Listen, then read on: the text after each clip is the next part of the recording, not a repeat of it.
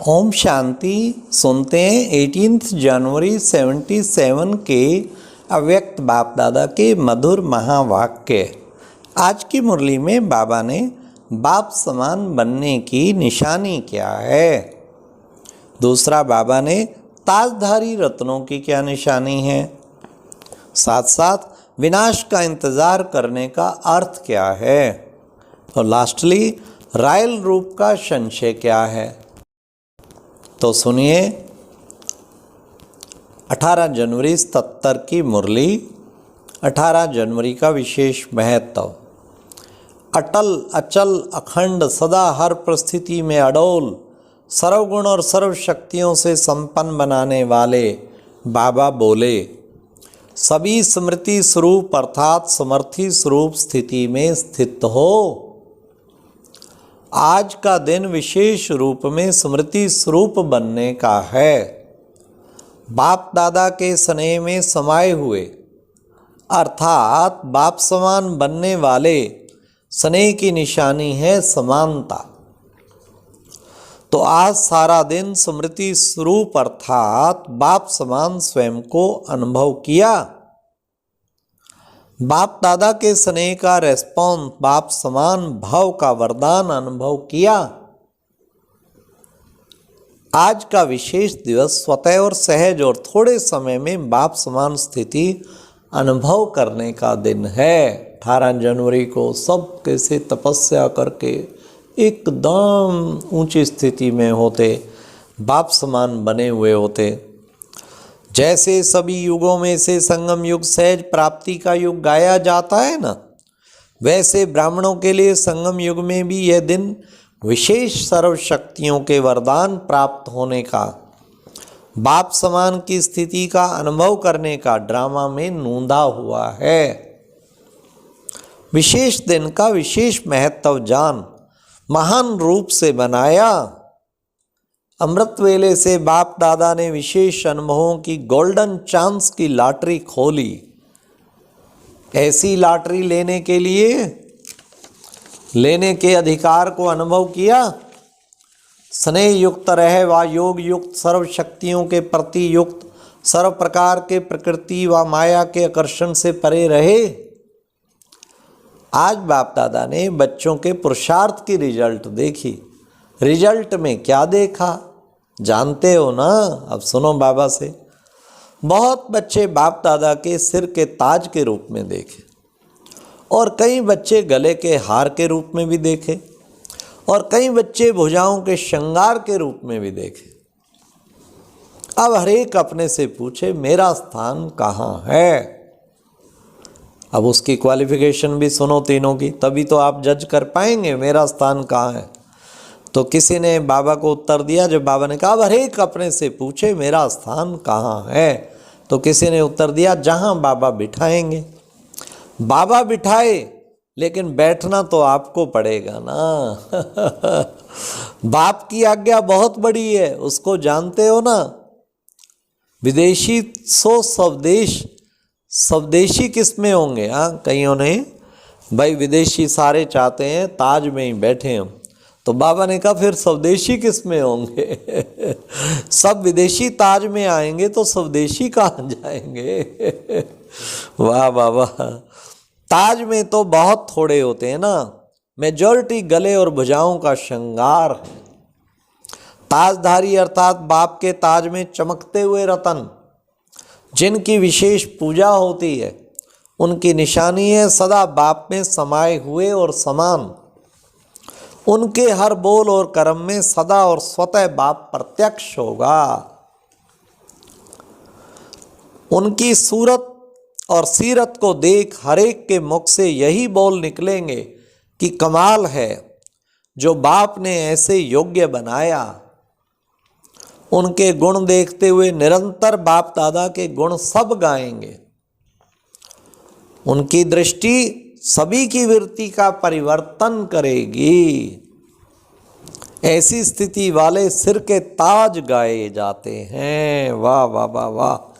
ये है ताज के मणियों की, जो ताजधारी होंगे ना, उसमें मणि रतन, ताज के रतन, उनकी निशानियाँ। गले का श्रृंगार अर्थात सेकंड नंबर, सदैव अपने गले की आवाज़ अर्थात मुख के आवाज़ द्वारा बाप को प्रत्यक्ष करने के प्रयत्न में रहते हैं। सदा बाप दादा को अपने सामने रखते हैं लेकिन समाये हुए नहीं रहते हैं। सदा बाप दादा के गुण गाते रहते हैं लेकिन स्वयं सदा गुणमूर्त नहीं रहते हैं। समान बनने की भावना और श्रेष्ठ कामना रखते हैं लेकिन हर प्रकार की माया के वारों का सामना नहीं कर पाते हैं। ऐसी स्थिति वाले को गले का श्रृंगार कहते हैं। तीसरी क्वालिटी भी सहज ही समझ गए होंगे। भुजा की निशानी है सहयोग की, जो किसी भी प्रकार से मन से, वाणी से अथवा कर्म से, तन मन धन से बाप के कर्तव्य में सहयोगी होते हैं लेकिन सदा योगी नहीं होते हैं। ऐसे भी अनेक बच्चे हैं। बाप दादा ने रिवाइज कोर्स के साथ रियलाइजेशन कोर्स भी दिया है। अब बाकी क्या रहा है? क्या कमी रह गई है क्या बाकी? नष्टो मोहा स्मृति स्वरूप हो गए हो कि अभी होना है? 1976 तक होना ही था ना। फाइनल विनाश तक रुकी हुई है क्या? इंतजार तो नहीं कर रहे हो ना? विनाश का इंतजार करना, अब बड़े ध्यान से सुनना क्या बाबा कहते हैं।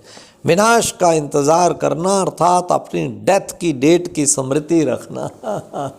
अपनी डेथ का आवाहन कर रहे हो क्या? कितने संकल्प कर रहे हो? विनाश क्यों नहीं हुआ? कब होगा? कैसे होगा? संगम युग सुहावना लगता है वह सतयुग, तो घबराते क्यों हो कि विनाश क्यों नहीं हुआ? क्योंकि 1976 में सोचा था डंका बज जाएगा विनाश का, लेकिन 77 आ गया, तब कईयों के संकल्प चले तो उसका उत्तर बाबा दे रहे। अगर स्वयं इस प्रश्न से प्रसन्न है तो दूसरे को भी प्रसन्न कर सकते हैं। स्वयं ही क्वेश्चन में है तो दूसरे भी जरूर पूछेंगे, इसलिए घबराओ नहीं। कोई पूछते हैं कि विनाश क्यों नहीं हुआ तो और ही उसको कहो कि आपके कारण नहीं हुआ। बाप के साथ हम सभी भी विश्व कल्याणकारी हैं ना। विश्व के कल्याण में आप जैसी और आत्माओं का कल्याण रहा हुआ है, इसलिए अभी भी चांस है। होता क्या है कि जब कोई क्वेश्चन करता है तो आप लोग स्वयं ही क्यों क्या में कंफ्यूज हो जाते हो। हाँ कहा तो है, लिखा हुआ तो है, होना तो चाहिए था, इसलिए दूसरे को संतुष्ट नहीं कर पाते हो।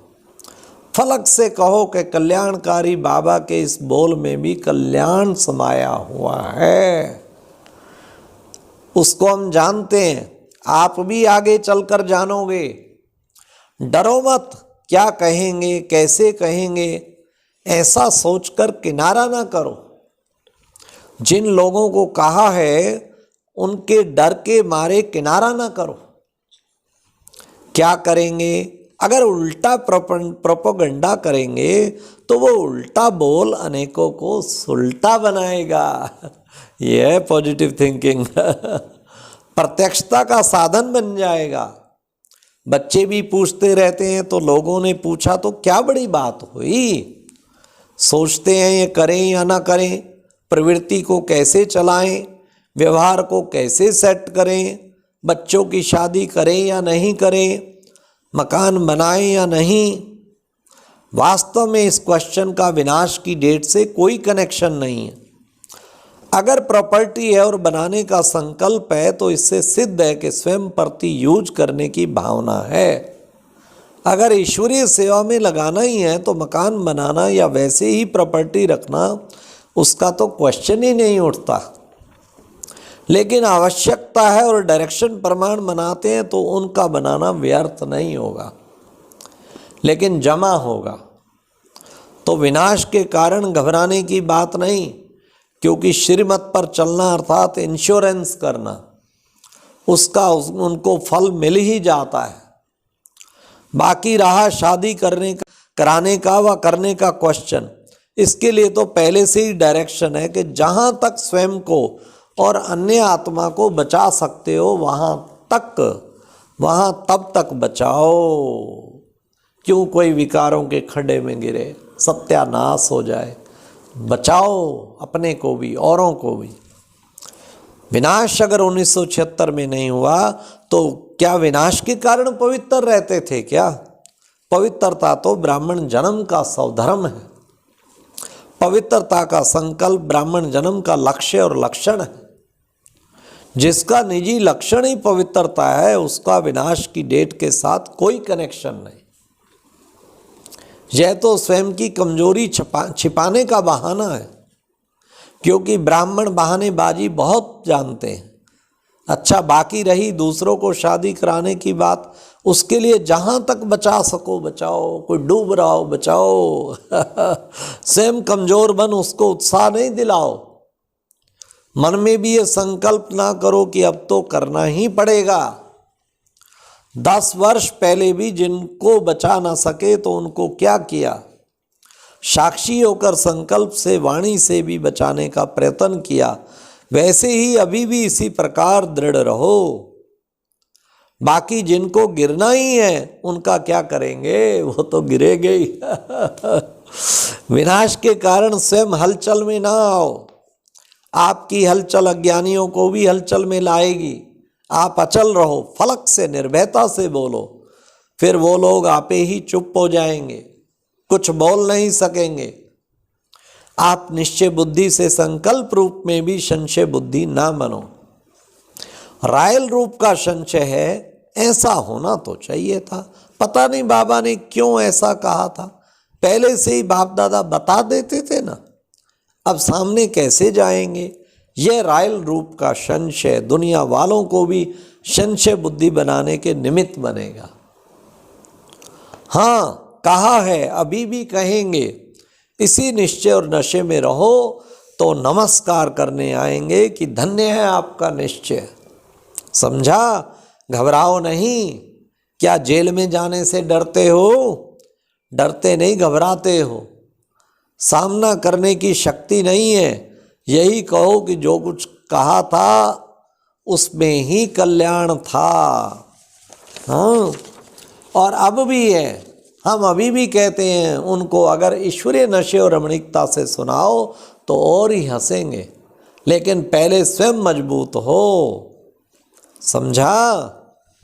आज सबके संकल्प पहुंचे। हाँ, तो बाबा ने कहा डेट बताने की जरूरत नहीं। कभी भी फाइनल विनाश की डेट फिक्स नहीं हो सकती। अगर डेट फिक्स हो जाए तो सब सीट्स भी फिक्स हो जाए, फिर तो पास विद ऑनर की लंबी लाइन लग जाए इसलिए डेट से निश्चिंत रहो। जब सब निश्चिंत होंगे तो डेट आ ही जाएगी। जब सभी इस संकल्प से निरसंकल्प होंगे वही डेट विनाश की होगी। अच्छा, ऐसे अचल अटल अखंड सदा हर परिस्थिति में भी श्रेष्ठ स्थिति में अडोल सर्व गुणों और सर्व शक्तियों के स्तंभ स्वरूप आत्माओं को बाप दादा का याद प्यार और नमस्ते। तो आज की मुरली कितनी अच्छी।